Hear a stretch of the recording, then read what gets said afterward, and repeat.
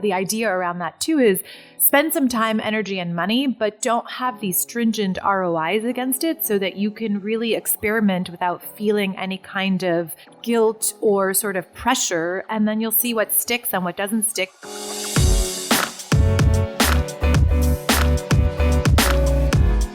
Hey gang, it's Thursday, April 7th. Suzy, Andrew, and listeners, welcome to the Behind the Numbers Daily, an eMarketer podcast made possible by mParticle. I'm Marcus, and today I'm joined by two principal analysts, both on our retail and e-commerce team. First of all, we're joined by Andrew Lipsman. Hey, Marcus. Hello there. And then we have Suzy, Davidkhanian, who heads up the desk. Hey, Suzy. Hey, everyone. Hello, both. Today's fact: Americans are relatively huddled together. Hell am I talking about? Well, over half of the US population lives in just 9 states. California, Texas, Florida, New York, Pennsylvania, Illinois, Ohio, Georgia, and North Carolina. Over half the US population, about 331 million people. 165 million of those live in just 9 states. If California was a country, it would have the 8th largest economy in the world and the 36th highest population. But the states with the fewest people living in them are, I'll give you a guess each. If you can guess one of the 3 states with the fewest people, you don't get anything, but it will feel nice. No, there's no championship There's belts? no prizes here. No, God, no, not for that question. Oh my goodness, Suzy. Suzy's going to say Newfoundland, but no, that's a province, not a state. How did you know? I was going to be like, I'm Canadian. I don't know. Is it Delaware? Is it Delaware? That's my guess, Delaware. I'm going to go good guess. I'm going to go with Wyoming and Alaska. Oh, Suzy. You got beat at this game too, badly. There's 2 of the bottom 3 are Alaska and Wyoming. Alaska is the 3rd least, Vermont is the 2nd least, and then the state with fewest people is Wyoming. Just 17 people in Wyoming. Crazy. Several of them are Chinese. Yeah, right. Yeah, Wyoming. I might visit Wyoming this year, so I'll bump those numbers up. Wyoming, here I come. I've been to Wyoming. It's actually, I would have never thought it was one of the least. But there were just 17 people there? Never. Oh, really? Yeah, it's beautiful there. It's Jackson Hole, beautiful. I feel like for the skiing alone, it's definitely not 17 people for sure. Okay. It's gorgeous. I went there in the summer, did fly fishing, and we saw bald eagles flying up overhead. It was unbelievable. What is this paradise? Unbelievable. Everyone's been but me. All right, I'll go. Anyway, today's real topic: what went down at Shoptalk 2022?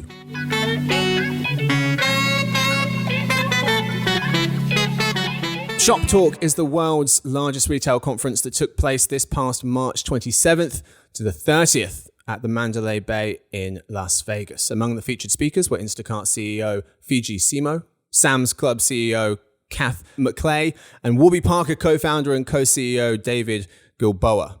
Andrew and Suzy, you both went to Shoptalk and are now joining us on this episode to tell us about the most important themes that were being talked about and conversations that were being had. And for this episode, we are borrowing a segment structure from your show, the show that you two host, Reimagining Retail, which is one of our Behind the Numbers shows, which comes out every other Wednesday. The segment is called Pop-Up Rankings, where you guys come up with rankings based on the topic that you're talking about. And we'll be doing some rankings today. The rankings we'll be doing are, or you guys, not going to be doing anything, the 4 main takeaways from Shoptalk 2022. So let's get straight into it. Suzy, you're going to kick us off. What was one of your 2 major takeaways from the conference? Well, outside of it just being so fun and buzzy and so much going on, and it was just so great. They were calling it Retail's Big Reunion. I think my biggest one is that what we were once calling phygital or digital entertainment has now moved into many other new names.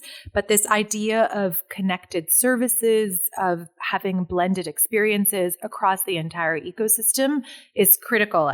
So as we heard from Google's president of the Americas, they're really looking at how digital habits that were created during the pandemic have stayed. And so now it's up to retailers to figure out how do you blend that experience in store or online so that you get the customer where they want to be. Andrew, did you hear that too when you were there? Yeah, I think connected commerce, I heard there seems to be a lot of folks who want to do away with the word omnichannel. Is one of those folks Steve Dennis? Because he talks about harmonized retail. Suzy, you interviewed him on Reimagining Retail, right? Harmonized retail, that's what we're talking about here. I mean, I feel like I always wanted to call it all channel and not omni-channel, but I think that the idea around omni-channel is that it's multi-channeled, but multi is really two. I mean, there's all this kind of like breaking down the words. Multi-channel is definitely not the right way to go, but it's how do we help the consumer? And again, this is one of those cliches, but it really rings true. Shop where and when they want and how they want, and whether that's voice commerce or Alexa or on the app or on their phone, not on the app, just on the web, on their computer, in the store, in some sort of hybrid AR metaverse sort of world. I think that's the critical component. And I think the gentleman from Nordstrom said it best, that part of their North Star is how do you get closer to the customer, which is not just about the connected experience, but it's about the places where you shop as a consumer, the people, so both the consumer and the sales associates, and of course the products. Yeah, I heard a lot of talk about just meeting the consumer where they are. I think that's a nice, simple way to run your business and think about that, right? There are so many channels these days, and not everyone's going to work for every brand, but I think any brand that just asks themselves that question, where are our consumers and how do we meet them there, is going to remain relevant. Andrew, how about one of the conference takeaways for you? So a big picture one, I would say that I found that there was really like a tale of two retail worlds going on there. The first one was, as Suzy alluded to, a lot of talk about some really futuristic trends around AR and VR and the metaverse and really thinking about the future of retail. And I saw that contrast with, I think, a pretty sober reality on the macro conditions out there today, which included a lot of downgraded valuations for companies, a lot of major hits to company stock prices, obviously the supply chain that's causing a lot of pain for retailers across the board, rising costs, digital advertising, things of that nature. So I thought it was just really interesting and maybe spoke to the moment that we're in today, which is that there is a lot of momentum around a lot of things. And at the same time, there's also a lot of pain and friction that, maybe we hadn't anticipated, especially as we're kind of coming out of the worst parts of the pandemic. I mean, what's your guys' takeaway from that? Is this a lot of this metaverse talk, VR? Is it escapism? Is it trying to get away from the harsh realities of, where retail is today in the physical world? I mean, I went to one of the last sessions on Wednesday was about creating experiential marketing.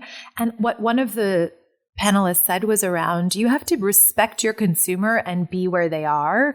And if you are a brand that is looking for the younger consumer who's already on Roblox and other sort of metaverse-y kind of like 3D gaming situations, then that's where you need to be as a brand, right? So if you are a brand that is targeting 65 plus, probably not the best place to be right now. But if you are trying to target under 25, might be worth thinking about. And the idea around that too is spend some time, energy, and money, but don't have these stringent ROIs against it so that you can really experiment without feeling any kind of guilt or sort of pressure. And then you'll see what sticks and what doesn't stick, but you've all agreed and held hands that it doesn't have to stick. Mm-hmm. We saw some exciting future casting about things like the metaverse. And my reality check on this has always been, but it's not going to necessarily work for maybe most brands in the long run. But we saw some great examples of ones where I think the metaverse is relevant. We saw the president of PacSun, right? They're courting teenagers and their core audience is on Roblox today. So I found myself nodding along and saying, yep, you know what? This strategy makes a lot of sense for them to really lean into it. Mm-hmm. All right, that's two of the takeaways. The first one, the changing of the nomenclature to blended experiences. Suzy, you said all channel retail, which I think makes a lot of sense. The second one was hyped up metaverse content versus the reality of the real world retail market conditions. How about, Suzy, a second one from you, a third overall? So I usually, when we talk about retail in the US, we talk about China and we look to see what's happening in China. And it didn't feel like that was a big topic at Shoptalk. And when I did go to the one panel around it, it didn't sound like that there was a lot of newness happening in China. It's almost like, we can't expect there to always be something new every year. It's like, how do you take what's already happening and move that conversation a little bit forward? And so from that conversation, I learned about how live streaming, we typically think about it as the platform and the product, but we often forget about the seller and how the seller is really important. And it's not just take the big influencer from Instagram and move it to a live stream, but really understand that you need someone who's a good salesperson who can create a sort of a moment in time where people feel safe and they trust them so that they're going to make the purchase. Mm-hmm. Why do you think that is? Why do you think there wasn't some big takeaway from China this year?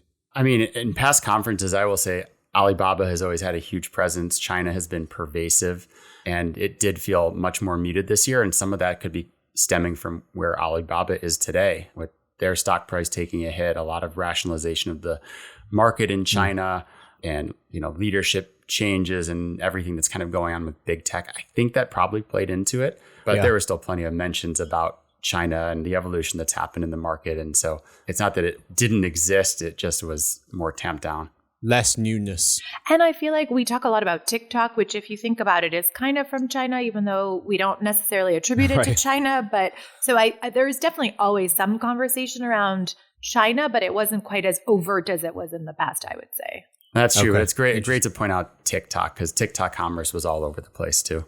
Okay. All right. Final takeaway. Andrew, this one comes from you. So my second takeaway is about retail media, and that what I think is exciting is that it's just getting started, and it was clear. So my conference in particular, I spoke about leveraging retail media networks effectively with Todd Hassenfeld of Colgate-Palmolive, who was on our podcast not too long ago. And I just had a lot of meetings with folks around retail media. There were two things that made me even more optimistic about what's to come. The first is the trend about from online to in-store was really starting to resonate. And there are two pieces to that. One is leveraging more in-store sales data for targeting and measurement of digital ads on retailer sites.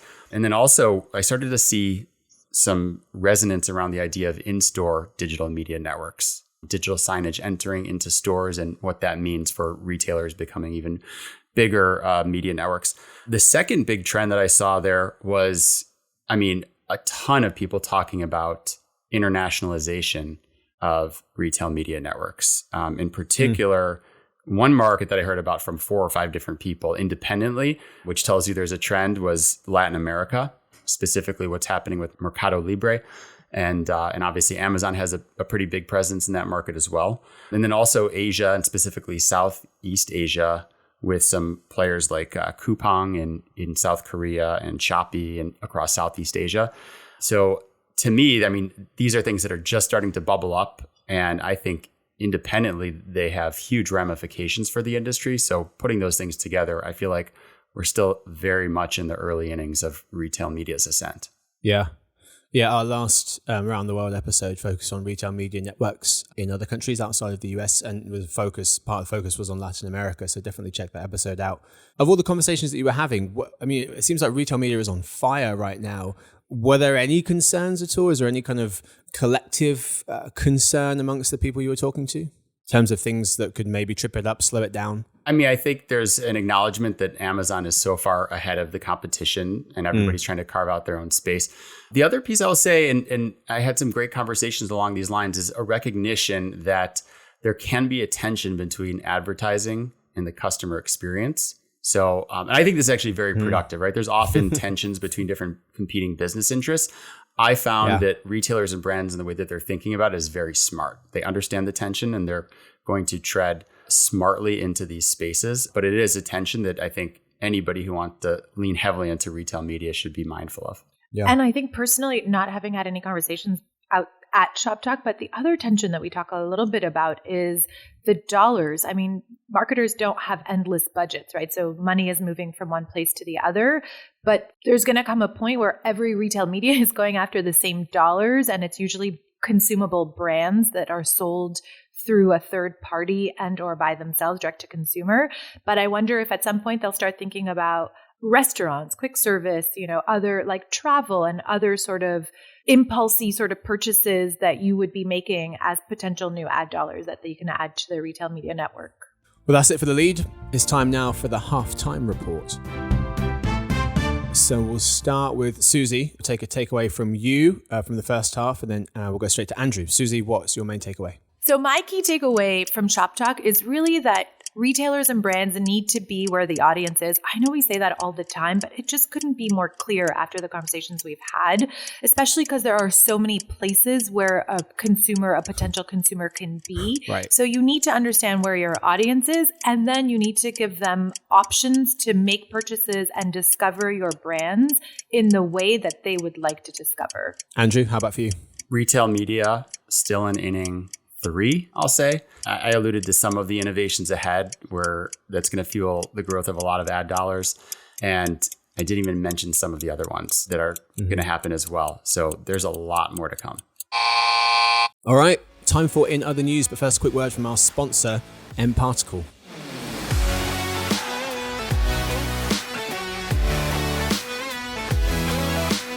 At the end of the day, your customer has to be at the center of everything you do.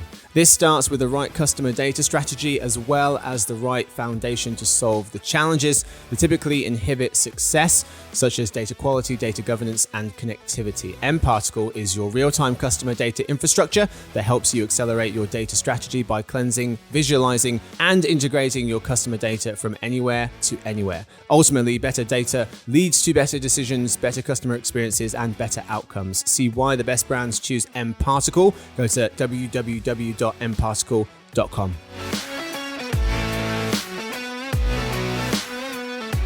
Folks, we are back. Of course we are. It's time now for In Other News. Today, in Other News, the launch of Instacart Platform, and how did Peloton actually do in Q4 of last year? Story 1. Instacart just announced the launch of Instacart Platform, a suite of technologies and services for retailers, including 15-minute delivery powered by nano fulfillment centers, notes Catherine Douglas Moran and Jeff Wells of Retail Dive. Instacart Platform includes old services like e-commerce development and new ones like ad solutions, data insights, and its fulfillment service. The new platform both expands Instacart's offerings and unifies them under one umbrella, Retail Dive notes. Andrew, we'll start with you. The most important thing to note about Instacart Platform is blank.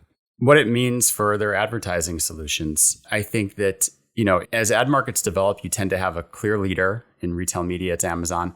A clear number 2, that's likely to be Walmart.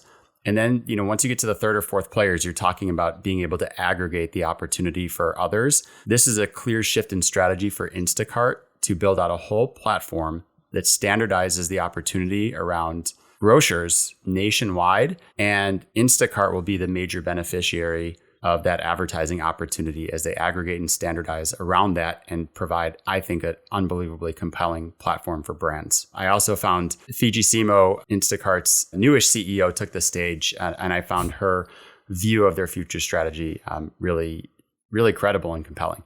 Mm-hmm. And Suzy, for you, the most important thing to know about Instacart Platform is blank. The most important thing to note is that they're really working hard on diversification. I think that they've understood, and if COVID hasn't taught retailers and brands and other businesses that you need to have multiple revenue streams, then they really missed the big lesson. Instacart knows it, and I think that they're looking to create the stickiness. They're getting all of our data as consumers. And the other thing I thought is that they view their competition as more than just Uber and DoorDash, but also Shopify, as they're trying to blend the in-store and online experience as well. Story 2. With all this talk of Peloton's recent struggles and their new leasing strategy, how did they actually do during Q4 of last year? Some of the highlights: total revenue was up 6%, hitting $1.1 billion in Q4. That's broken down into connected fitness products, buying bikes and things, which nearly reached $800 million. That's 70% of all the money they made. But that was down over 8%. Subscription revenue, which makes up the rest of the money, about 30%, crossed the 300 million mark. That was up 73% in Q4 year on year. So a smaller share, but the growth was a lot better. We'll go with Suzy first. Suzy, the outlook on Peloton's business is blank. Is bleak. I think that until they can figure out their, I know we have this conversation all the time. This can't be part of my 40 seconds. We have this conversation all the time. It is too late. I think it's left. Bleak. Quick. That until they fix their branding. Time's up. Just kidding. Keep going. Until they, I win the championship belt. No, that's not what it means. Until they fix their branding, I think that their outlook is bleak. That said, I do think that they have a lot of ancillary products between their private label business. They have a whole new body tracking sort of device that they're working on, and a new subscription service where you can lease, kind of, if you will, the items, the treadmill and/or the bike, and get the classes. I think they're working hard to figure out other ways. I wouldn't be surprised if they go into nutrition next, but I think right now it's bleak until they figure out their PR. Andrew, how about for you? The outlook on Peloton's business is blank. I think it's fantastic. So first off, I think they have some very real issues that they have to work through. And I'm not going to overstate it to say fantastic, but I think it's a lot better than people think at this moment. First off, they brought in a new CEO. I mean, they were, hemorrhaging money by having an undisciplined supply chain and operations. They're going to tighten that up. So I think that's one thing to be optimistic about. They're doing a lot of experimentation around price points and different types of pricing plans. So I think that's going to find them in a little bit better financial condition as they figure out what works best. And then they've got new product lines. Suzy alluded to the new hardware, but also their apparel line. And the thing that's really interesting, I think they can have a Lululemon-like apparel line. Obviously, Lululemon has many years head start and it's going to be a lot bigger. But the fact that they have that sort of high quality apparel and the media channel that they're talking to every day, showing off that branded apparel, I think there's a lot of upside there. So I think some of the really positive trends that will take a little time to play out are better than people think. And I think there's been too much negativity based on the slowdown in growth rates, which to me was just a byproduct of so much demand getting pulled forward during the pandemic. And that is all we have time for. Thank you so much to my guests. Thank you to Suzy. Thanks for having me. Of course. Thank you, Andrew. Thank you, Marcus. Yes, sir. Thank you to Victoria. She edits the show. Thanks to everyone listening. We'll see you tomorrow, hopefully, for the Behind the Numbers Weekly Listen. That's an eMarketer podcast made possible by M-Particle.